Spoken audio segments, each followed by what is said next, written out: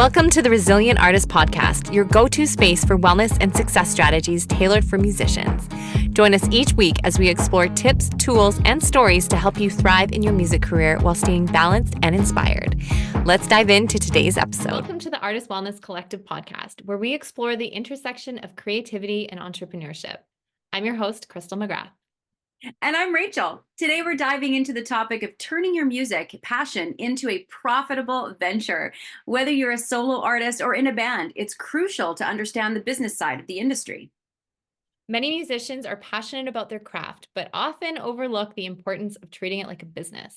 That's right, Crystal. Building a sustainable career in music requires much more than just talent. It involves strategic planning, branding, and marketing. One of the first steps in turning your music passion into a business is establishing your brand. This is a huge one because it includes defining your unique identity as an artist, crafting a compelling story, and developing consistent visual and sonic aesthetic.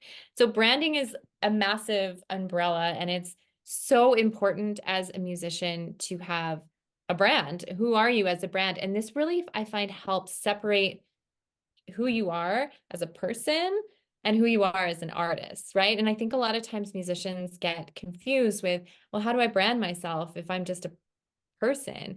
I'm not a product. And I've had a lot of people ask me, well, how do I just see myself as a product? And when we do that, we create a brand for you, and then you can start seeing yourself externally. So it's not, oh, this is, Crystal McGrath, the person at home who, is in a relationship and a mom and does all these and is a friend. This is Crystal McGrath, the country performing artist who's on stage, and she likes pink and sparkles. And that doesn't mean that I can't like those things in my real life, but we have to take that, we have to elevate it, hype it up, and then create a brand around it so that we can learn how to separate ourselves from our artistry. I think that's really important. Yeah, 100%. And from social media nowadays, of course, that's huge, to email marketing, to live performances. There's so many ways that you can promote your music and engage with your audience, but it makes it a lot easier when you've got a really strong brand that your fans and your audience can relate to, right? So can you expand on what people can do to build that brand a little bit more? For sure. So color theme, what are your colors? I always like to pick 3 to 5 colors that you can kind of pull from. For me, it's pink. So anything that's dark pink, light pink, medium pink is kind of my go-to theme. And then you have a logo. What is your logo? What does that look like? Something that's really important to me is self-love and promoting love. So I have a little heart at the end of my M in my logo. So a logo should mean something to you. You should put some thought into it. It shouldn't just be, here's a couple letters. If that's where you're at and you're not a graphic designer, you're not sure where to go, having a few letters that stand out to make you different from the next person, that's perfect. But if you can shovel and dig a little deeper into who you are as an artist and how can we create a digital design of that, I think is really a great tool so that your whole brand is a representation of yourself. That's right. And then once you've established that brand, it's a lot easier, I think, to put yourself out there, like I said before, in a way that people can, whenever they see that symbol or that color or that sound, they know it's you, right? Totally. And not even from the branding perspective, of course, that's all from marketing. But then, it's great to have wonderful songs, wonderful music, a great brand. But what if nobody knows about you? Yeah, great question. Great question. So it's putting yourself out there on social media. That's our biggest way that we can market right now, is putting everything on socials. It's free. It's free. All you have to do is show up. And sometimes that's the hardest thing to do, is take 10, 15 minutes of your day and hop on an Instagram live and showcase what you're doing.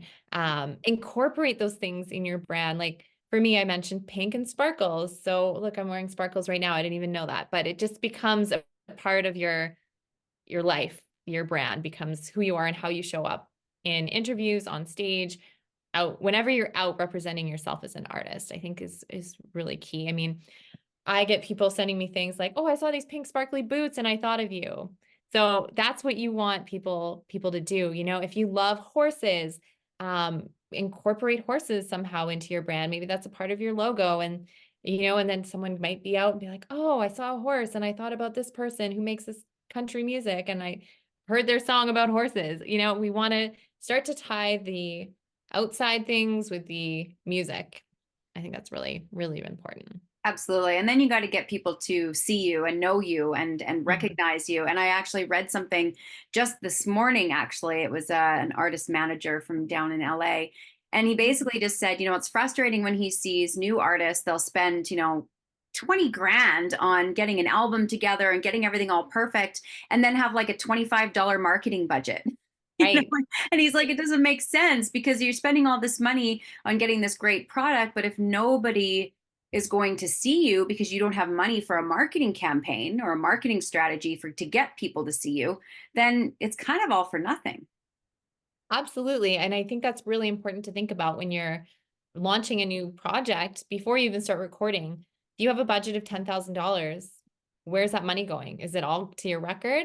If it is, then what's the point of even doing that record? It's just going to sit in cases in well, I don't even think we print records anymore, but if you did, it would just sit in cases in your garage, right? Because it's not getting out there to anybody. Um, you want to really make sure you're spending at least half of that money. I would say 60 to 80% of that money on marketing and 20 to 40% on the actual recording, I think is really important thing to keep in mind because you want to have a PR person, or do it yourself, but it still costs time and it still costs money. You need PR is something where you need contacts to get in touch with the right people. So I really think it's important to set a budget aside for that. If you want to release it to radio, that's marketing as well. And that's, a big chunk of money right there in your pocket. Um, Graphic design, social media campaigns, that's another avenue of marketing that is really important to have. And I would say probably the most important because that's what everybody is seeing. So that's probably your number one thing is if you had to choose, which avenue should I spend my marketing money on? I would say social media and graphic design because you want your design to be captivating. You want people to see that and recognize your brand and be like, oh, I know that that's, X artist because it looks like this. That's really important. And social media is free, like we said before, it's a avenue that you can reach people all over the world. So investing in having really great socials and having a strategy is so important. I can't stress that enough. This one thing just to post random pictures, but you're not going to get a return on that. We always want to post with purpose. So diving into strategy, which is a whole different episode, but yeah, That's I right. would. And it's a big part of marketing that really a person should have a budget for. Mhm. Huge. Yeah. Yeah. Well, let's talk about diversifying revenue streams. Now, in addition to selling our music or selling an artist's music, there's different revenue streams that musicians can explore to generate income. What are some of those, Crystal? Yeah, so sync licensing, so getting your music played in movies or TVs, so getting a pitch ready for that.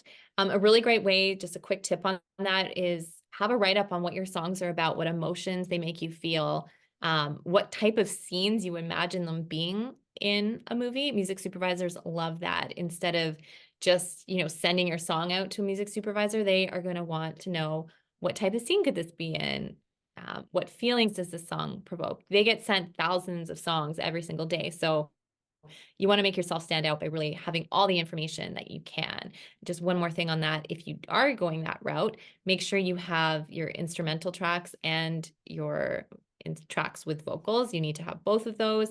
And you need to make sure that anybody on the writer side has signed off on it being okay to be in a film. You want to make sure all that's taken care of before you send it off, because if you send it off and then you have to collect all those things, it can take time, and then they're going to move on to somebody else. So that's a quick thing on sync licensing. We can talk about that in another episode as well.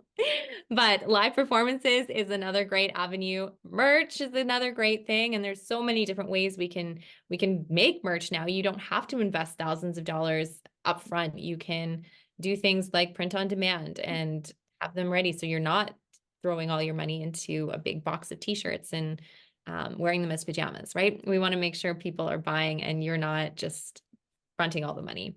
Crowdfunding is another great way to raise money for campaigns. I've done that in the past too, raising money for album recordings or marketing recordings, teaching music, right? There's so many different avenues that we can use music as a tool for an income stream. So those are a few. Yeah, you're absolutely right. Building a successful music business is really not just about making money.